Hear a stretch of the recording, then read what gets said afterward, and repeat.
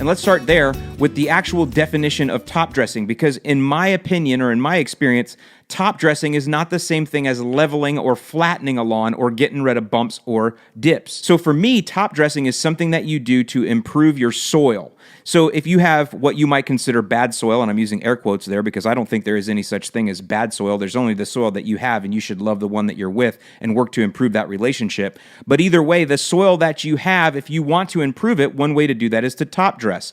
And when you do that, you want to add in something good. You want to add goodness to your soil. If you think your soil is bad, then you want to add something good. And in a lot of cases, you want to add something that contains a lot of organic materials, because organic materials are good for improving soil.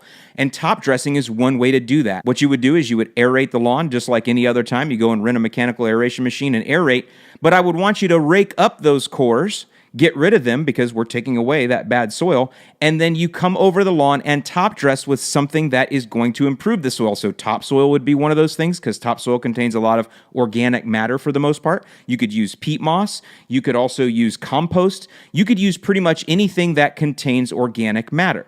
That's what you would do to top dress. All of that would get down in those holes. It would work down into the soil. And that is one way to improve the soil and to literally get organic material into the soil right away. I think that's a good practice. It's not one that I do. It's not one that I recommend in my books, because I think there's easier ways to improve your soil nowadays. But top dressing in that manner that I just described there is definitely something you can do if you want to improve your soil. Now, the last thing I want to say is let's go back to the top dressing. And you're saying, okay, Alan, I don't need to top dress because I don't want to improve my soil that way. That's a lot to do all that. What's a better way?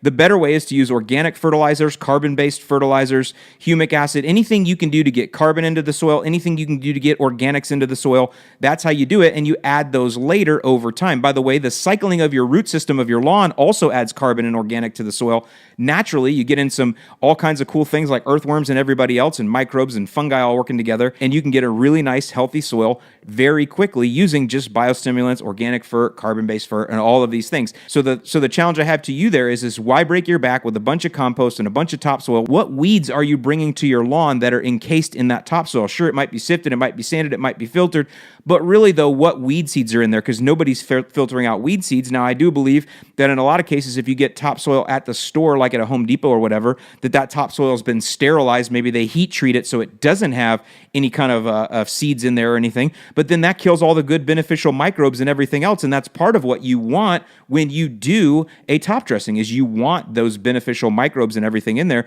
But if they've had to heat treat that or treat that topsoil in some way to kill all the seeds in there, they've also killed all the beneficials.